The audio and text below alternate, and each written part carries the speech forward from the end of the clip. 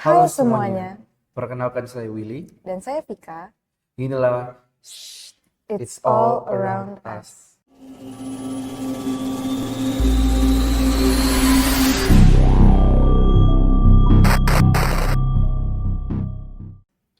Selamat datang kembali di Around Us, podcast yang membahas kisah-kisah mistis, penuh misteri dan cerita-cerita menyeramkan yang ada di sekitar kita.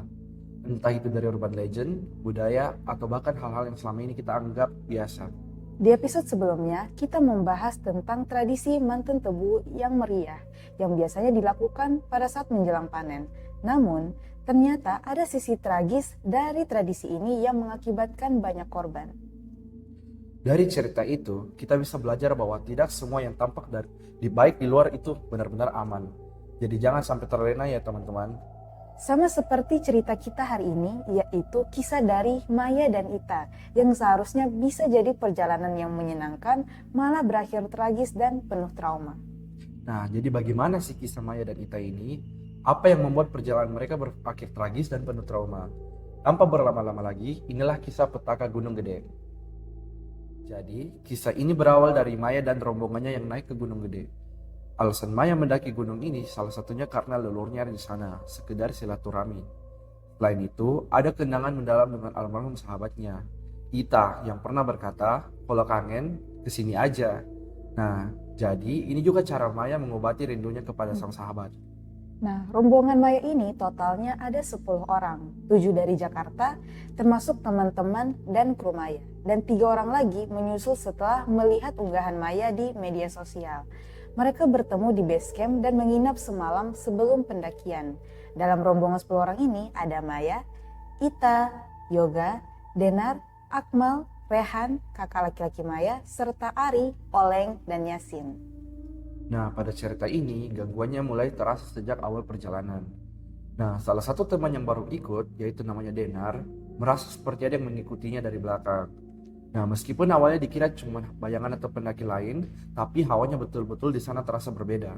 Nah, pada saat menjelang pos 1, Denar dan rombongan 3 teman yang menyusul mendengar suara perempuan menangis yang terdengar sangat jelas. Itu sudah sangat membuat mereka merinding. Nah, di pos 1 saat Maya hendak buang air kecil, dia melihat sosok penjaga yang sangat besar. Nah, dia itu tampaknya seperti genderuwo, tapi kepalanya memiliki 2 muka. Itu di depan dan di belakang. Nah, pengalamannya ini membuat tidak nyaman, jadi dia tidak jadi buang air di sana. Oke, pada saat perjalanan menuju pos 2, cuacanya itu berubah drastis, sangat gelap, berkabut tebal, seperti menjelang maghrib. Maya merasa ada pertanda dan kemudian dia berhenti. Tiba-tiba, dia mendengar suara di telinganya, menyuruhnya menunggu di pos 2 sampai azan zuhur untuk sholat. Mereka tiba di pos 2 sekitar pukul 10.30 pagi dan benar-benar menunggu sampai zuhur. Nah, setelah itu mereka melewati pos 3, sosok perempuan tiba-tiba muncul di depannya Maya. Nah, dia seperti ingin mengagetkannya. Sosok ini berpakaian seperti pendaki biasa, pakai jaket biru, ransel, tapi wajahnya terlihat sedih dan bingung. Sosok ini memperkenalkan dirinya sebagai Desi. Nah, dia ini meminta tolong untuk menunjukkan makamnya. Nah, si Desi ini mengikuti Maya sampai simpang Maleber. Dia berterima kasih kepada Maya dan mengatakan sulit berjalan dari bawah. Mungkin dia tersesat atau bagaimana pada saat kejadian meninggalnya. Maya mendoakannya agar tenang, tapi dia tahu itu bukan arwah Desi yang sebenarnya. Nah, gangguan semakin menjadi pasnya mereka tiba di simpang Maleber. Nah, 2 temannya Denar dan Akmal, mereka tiba-tiba terjatuh ke belakang seperti didorong atau ditindih. Nah, Maya merasa itu ulah makhluk halus dan meminta agar dirinya saja yang diganggu. Akmal bahkan merasa ada kaki yang sangat besar di belakangnya. Yoga dan Rehan membantu Denar dan Akmal untuk berdiri. Tapi Denar juga sempat kesulitan berjalan dan ingin bertukar tas dengan Maya. Namun tasnya Maya juga yang ringan merasa sangat berat bagi Denar. Pada saat di area pos 3 atau pos 4, teman-teman Maya seperti Akmal, Yoga, Rehan, dan Denar saat menuju mata air mulai melihat penampakan. Ada yang melihat sosok menangis di dekat pohon. Maya mengingatkan mereka untuk tidak sugesti, tapi mengakui bahwa energi di tempat itu mungkin kuat. Nah, di pos 4 yang kosong, sosok kakek-kakek menampakkan diri dan menasihati mereka agar tidak berhenti lama di pos 4 saat turun. Nah, ada insiden kecil di mata air saat mencuci piring.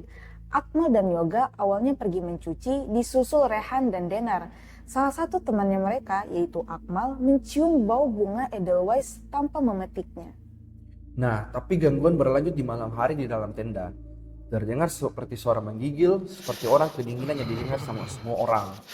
Suaranya itu sangat intens, dia berhenti lalu memulai lagi. Nah, barang-barang Akmal yang di dalam tenda berpindah-pindah posisinya meski dia tidak bergerak. Puncaknya itu, teman Maya bernama Denar mengalami hal yang mengerikan. Kakinya merasa ditusuk. Dia panik dan merobek resleting tenda dari bawah untuk keluar. Di luar, dia menindih kaki Maya sambil menarik-narik bajunya. Denar bilang dia melihat pocong berkepala besar yang semakin mendekat. Nah, Maya langsung menyenter ke arah yang ditunjuk oleh Denar. Nah, dan memang membenarkan adanya pocong yang mendekat. Yoga juga bangun dan menyadari sekitarnya berkedip-kedip dengan cara yang aneh.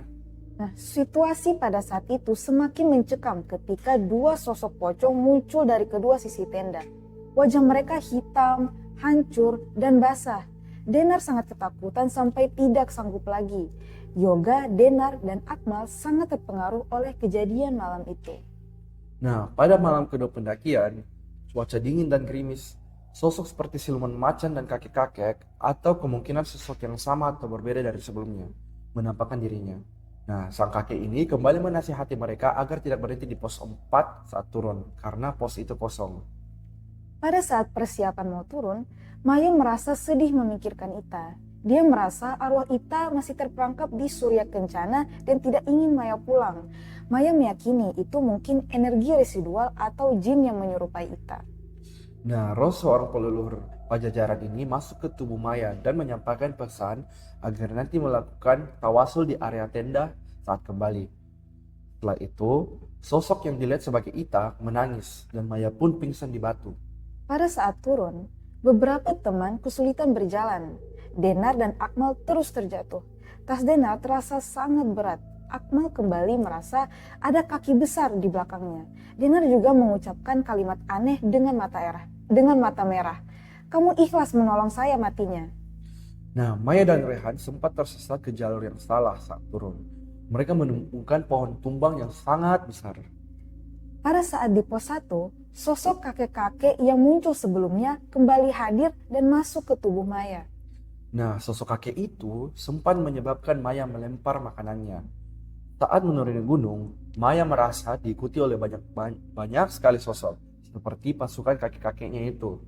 Nah, ada juga insiden di mana tangan salah satu teman, yaitu Yoga, dicengkram oleh sosok gaib menyerupai nenek-nenek atau lintrik, menyebabkan rasa sakit yang sangat parah.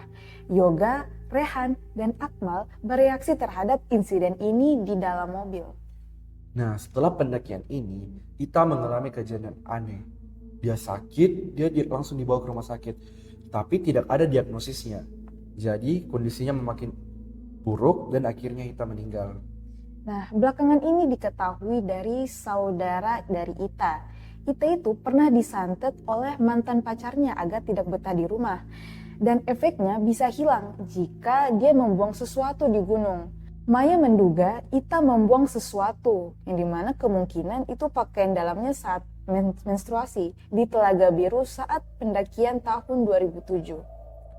Nah, ibu Ita juga ini sempat sangat terpukul saat Ita meninggal.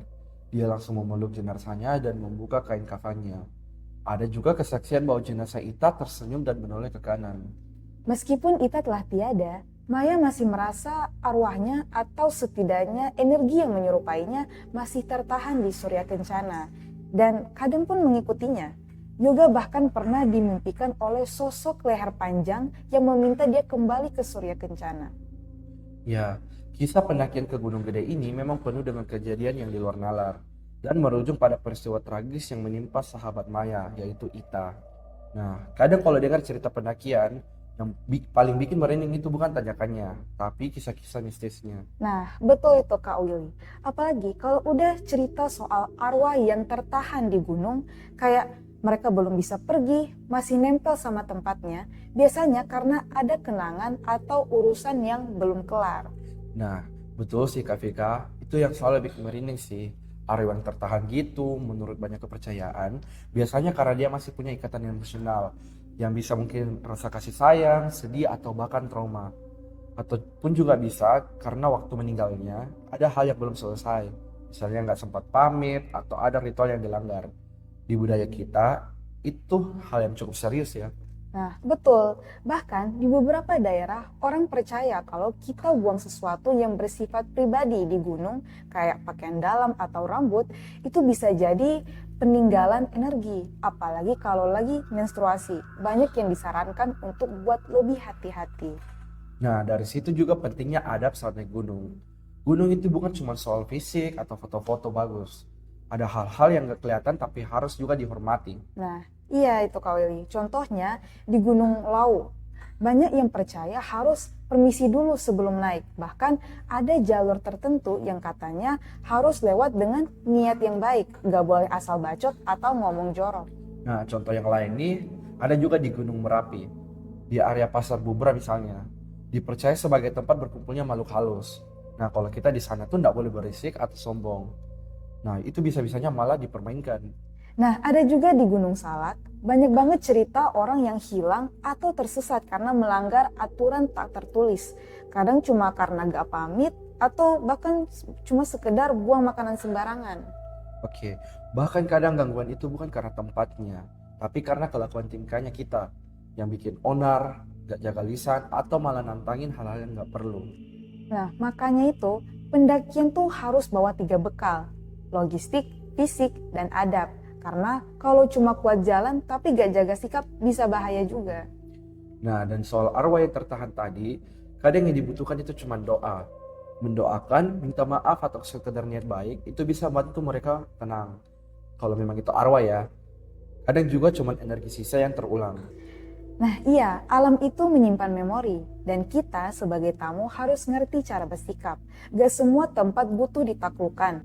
Kadang cukup disambangi dengan hormat. Nah, setuju banget nih Kak Vika. Jadi kalau mau naik gunung, selain packing carrier, jangan lupa packing etika ya. Nah, sekarang kita bakal ceritain kisah horor dari UC People nih. Aduh, kira-kira bakal serem lagi gak ya ini, Kak Willy? Aduh, saya juga rasa ngeri sih nih Kak Vika. Biarin si people nggak penasaran, yuk kita ceritain. Nah, jadi ada seseorang yang lagi di kamar sendirian. Nah, pada saat itu dia lagi siap-siap untuk wawancara pengurusan CE besoknya. Waktu itu dia lagi rebahan, gak ada yang aneh. Sampai tiba-tiba dia dengar suara botol yang mineral kosong yang bunyi. Hah? Botol kosong bisa bunyi? Serius? Iya, suara itu cukup keras untuk bikin dia kaget. Awalnya dia cuma mikir, mungkin kebetulan, mungkin ada angin. Tapi karena penasaran, dia coba mikir lagi dalam hatinya. Coba deh bunyikan lagi.